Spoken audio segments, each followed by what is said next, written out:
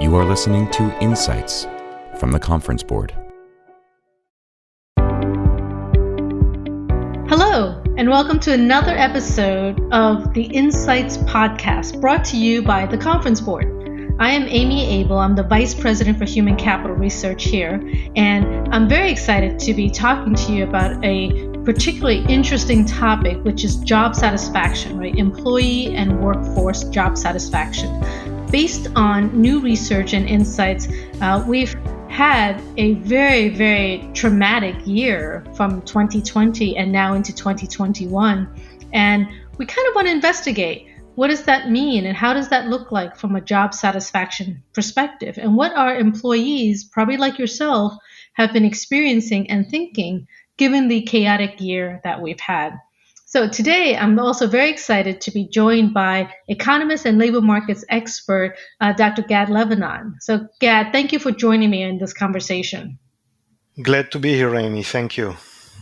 So let's just dig deeper into this topic of job satisfaction. All of us that are in the workforce, in different roles and jobs and different organizations, we all have a feeling of job satisfaction. What does that mean and what is that based of? So the Conference Board has been doing this job satisfaction research for a very long time. In fact, we've been collecting data since 1987 annually. So we kind of have a really interesting and unique perspective, which is a longitudinal view. Right. How has this been going? What's been going on every year, different years, and of course, what's been going in our world that might impact the job satisfaction data that we have. So why don't we start with this year's, and let me turn to Gad and ask, Gad, what are some interesting insights that were revealed from this year's research report? Sure. Well, first I should mention that the survey took place in November 2020. So it was kind of well into the pandemic, but already on the recovery part of the pandemic. The worst was behind us, but was still during the pandemic. And one surprising thing, that there was a huge amount of job losses and a very high unemployment rate, and we expected that to reduce job satisfaction, but in fact, job satisfaction did not decline. If anything, it increased a little to 57%, which is one of the highest rates of job satisfaction we had in the history of the survey. And Gad, that seems very counterintuitive, right? Given the year that we've had in 2020, actually job satisfaction increased. What are your thoughts on that?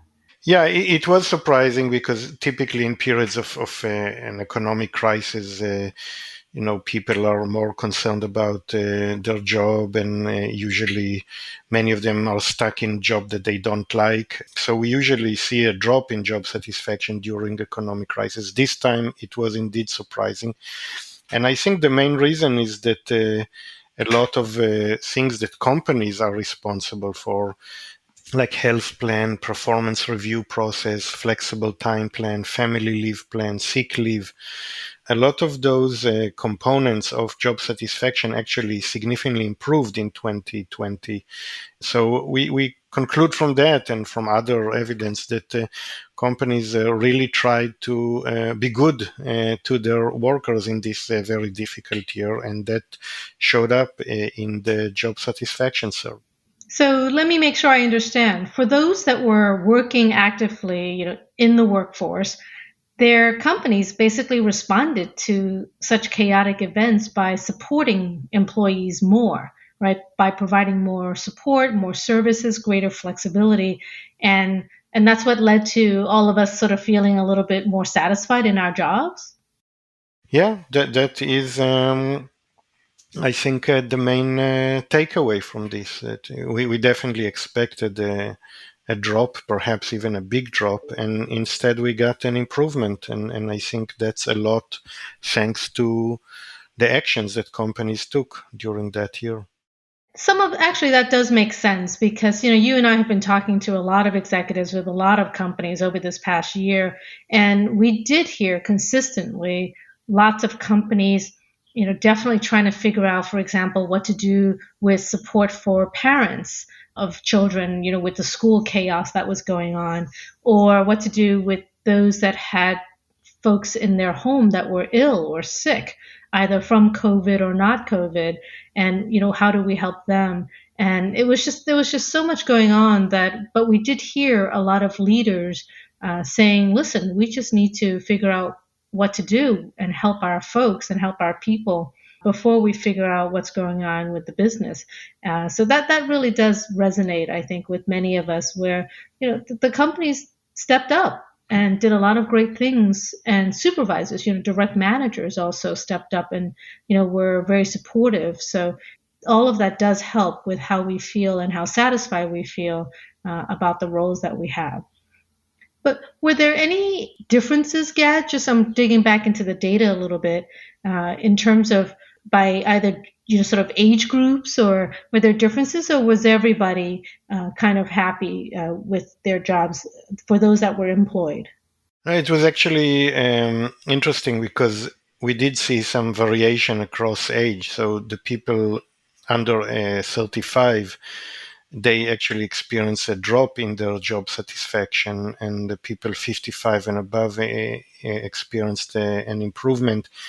And I think, in the case of younger workers, they typically suffer more during periods of weak labor markets because, many of them are entering the labor markets or expecting to switch jobs more frequently. And when labor markets are weak, it's not a good time for new hires.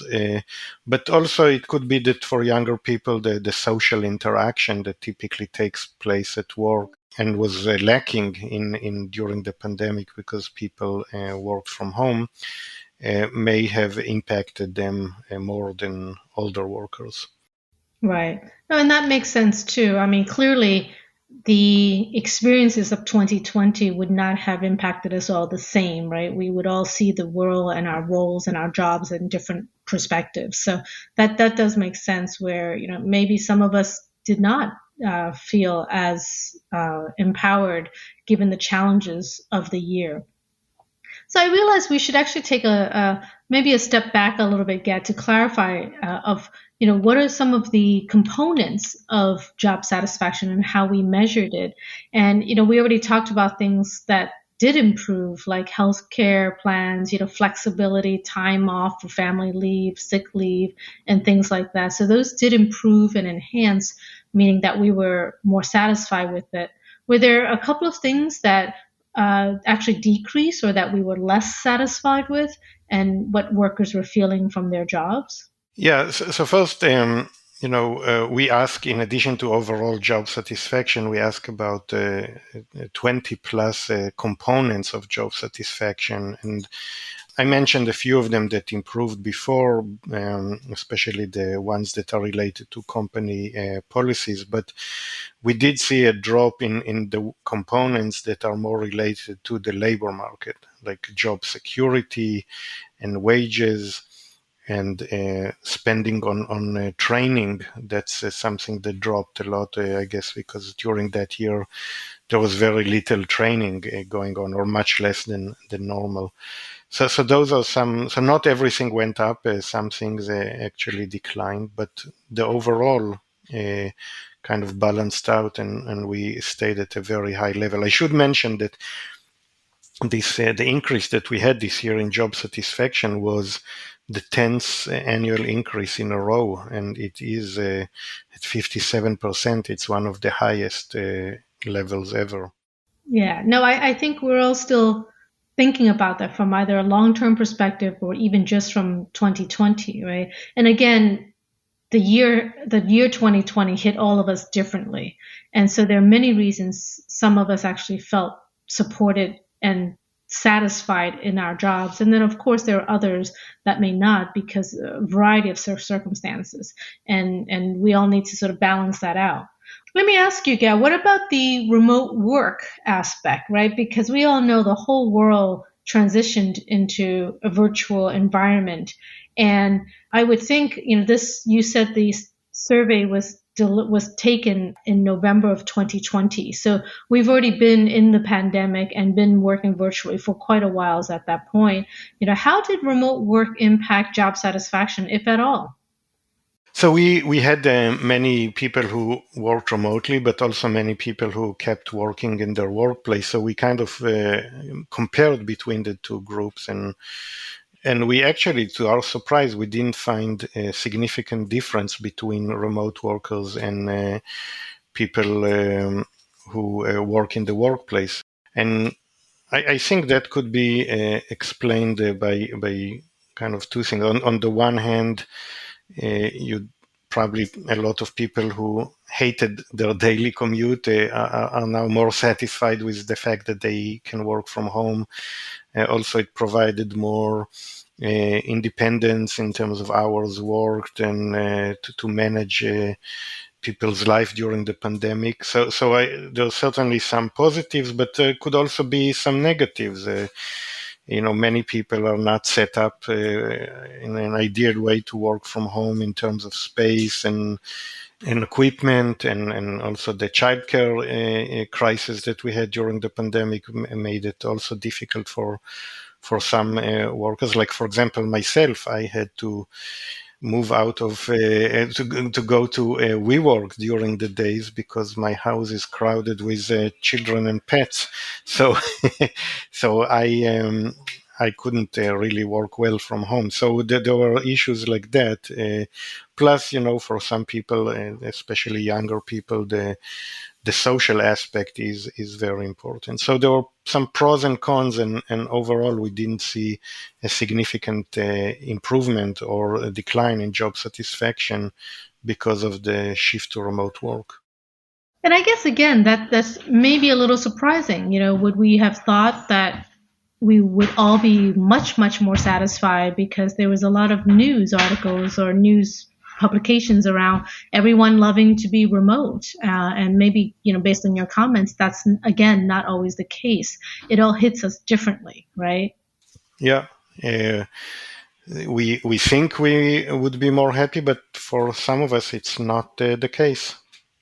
And I would also imagine that when the survey was delivered in November of 2020, we still didn't know what was going on really with the remote workforce and the remote working environment. So for many employees, we didn't know if it was temporary, was it permanent, is it going to last, is it not, is it one day, is it 2 days? That kind of uncertainty would not settle well with many of us, right? And would lead to perhaps more dissatisfaction. Yeah, it could be that the full impact of the shift to remote work was not actually captured by the survey in 2020. Maybe we would need to wait a couple of years to fully assess that. Okay. Well, why don't we shift to another big topic that was quite prevalent for job satisfaction and the year of 2020, which is around our workforce and employee well-being.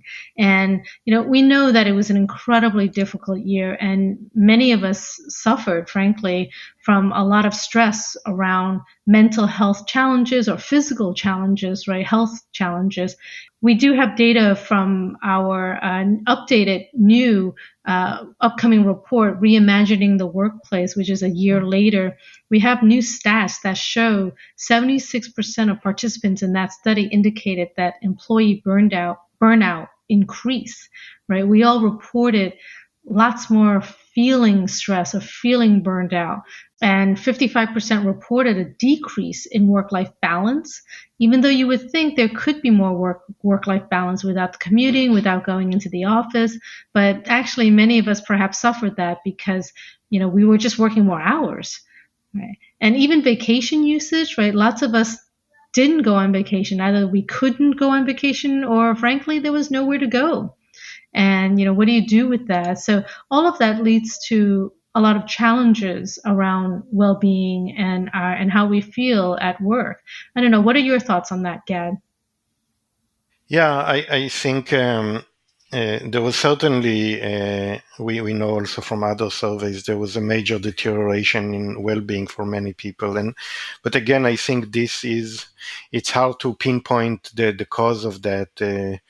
Is it because of the shift to remote work, or is it because of the childcare crisis, or is it because of just living in a pandemic and the fear of getting infected? That's, I think, another issue that it's very important for us to keep monitoring and seeing once the pandemic is over, what is the impact of the shift to remote work on the well-being of many of our workers. Yeah, no, it's definitely a tough conversation. And I think you're right. We just need to keep a pulse check on all of it. And how does it affect all of us in our workplace, our leaders, our colleagues, right? Our direct reports and our teams. What is that well-being challenge going to look like? Because we at the conference board absolutely believe that this well-being challenge will not be going away anytime soon, even if the vaccine fully rolls out and we all are able to go back to the workplace. It has been such a difficult year that the impact on our mental health has been noted by many research efforts, and will have some lasting effects for many years to come. And we need to sort of respond to that. We need to think about that for those in our workforce, on our teams. How do we support and continue to support our workers and our workforce so that they can come to the workplace in a healthy and satisfied manner. So I think we are expecting and predicting that more well-being initiatives will be increasing in our workplaces, and companies are taking note of that. And how do we help continue to roll out guidance or coaching or any other sort of support services for our employees? One good thing to note is from the pandemic, some of the other research we have done showed that many employees, a very significantly high, percentage of employees noted that they felt very supported by their managers and their supervisors. Right. And so that's actually great news that many of us felt that we were being listened to and cared about by our direct supervisors. So we would continue to encourage all of you that lead and manage teams to continue to show that level of support. And how do we hopefully keep connections, right? Keep connections with our teams, our direct reports, our colleagues, so that we all can stay connected as human beings and, to feel satisfied and still be productive, of course, at the end of the day in the workplace. Any last thoughts on that particular topic, Gad? No, I think we covered it well. And so let's shift a little bit to the future of job satisfaction. We've been doing this research for 10 years plus, and what are your thoughts and predictions, or even just guesstimations on how job satisfaction will look into the future, and what will our lives be like in the workplace? Yeah, I actually think that we will see an improvement in 2021 in job satisfaction, because job satisfaction is strongly impacted by labor market conditions, and we now have unexpectedly a severe labor shortage in large parts of the U.S. economy. Despite the still elevated high unemployment rate, there are major recruiting and retention difficulties, especially in kind of blue collar and manual services jobs. So in a time like this, people are much more likely to be able to find jobs that they like, and they will see faster wage growth. We already see that. There's a very low risk of layoff. So from an economic labor market perspective, I think the trends are towards a higher job satisfaction. And on top of this, there is this long run trend of higher job satisfaction, because over time, professional related jobs, which typically have higher job satisfaction, are becoming a larger and larger share of the economy, of the labor market. And jobs that typically have lower job satisfaction are like routine office jobs, for example, are becoming a smaller part of the labor market. So I think over time, just because of the composition of the types of jobs that we work in, we are seeing an improvement in job satisfaction. That's terrific. That's terrific news, right, for all of us that are employed. And one thing that I see quite a lot of recently, over the last several years in the human capital and HR space, is employers recognizing that to retain and attract highly skilled talent and good talent, they need to invest and provide more support to the employees. And so to me, I've kind of given it a term. We're in the era of the employee.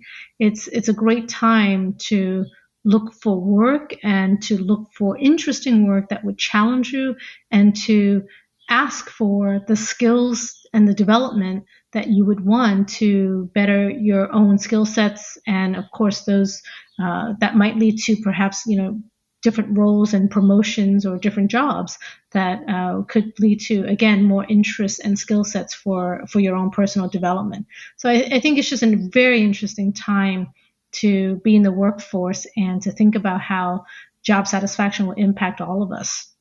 Any other future thoughts for that? Well, I think one implication of that is, when companies measure job satisfaction and employee engagement in their own companies, the fact that more and more jobs, you'd expect them to have higher job satisfaction. I think that should impact how companies measure job satisfaction and employee engagement in their own companies. They should do it function by function, because, as we said, there is a compositional effect, and to see that indeed, like, the professional types of jobs are to measure them separately from other types of jobs. Otherwise, they could get biased results and kind of a spurious improvement in job satisfaction, even though it's not a true one, but simply a result of changes in job composition. So I guess my practical recommendation is to kind of account for the type of job you're measuring when you look at trends in job satisfaction and employee engagement. Great.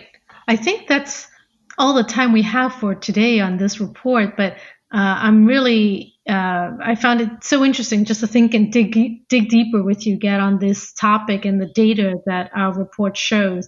Right, lots going on in our workplace, lots going on in our workforce, and I think employers and employees alike continue to be challenged to define what jobs mean to us, right? What workplaces mean to us, and how do we figure out what is it that we want out of these workplaces, out of our jobs, and as it benefits ourselves and our families. So the evolution of work continues, and this is just, I think, another drop in the journey, a drop in the ocean of that journey. And I wanted to thank you for joining me in this conversation, Gad, for today. Thank you, Amy. It was my pleasure. And thanks to the audience for joining us. And we hope to see you again or hear from you again at our future Insights podcast. I hope you have a great day.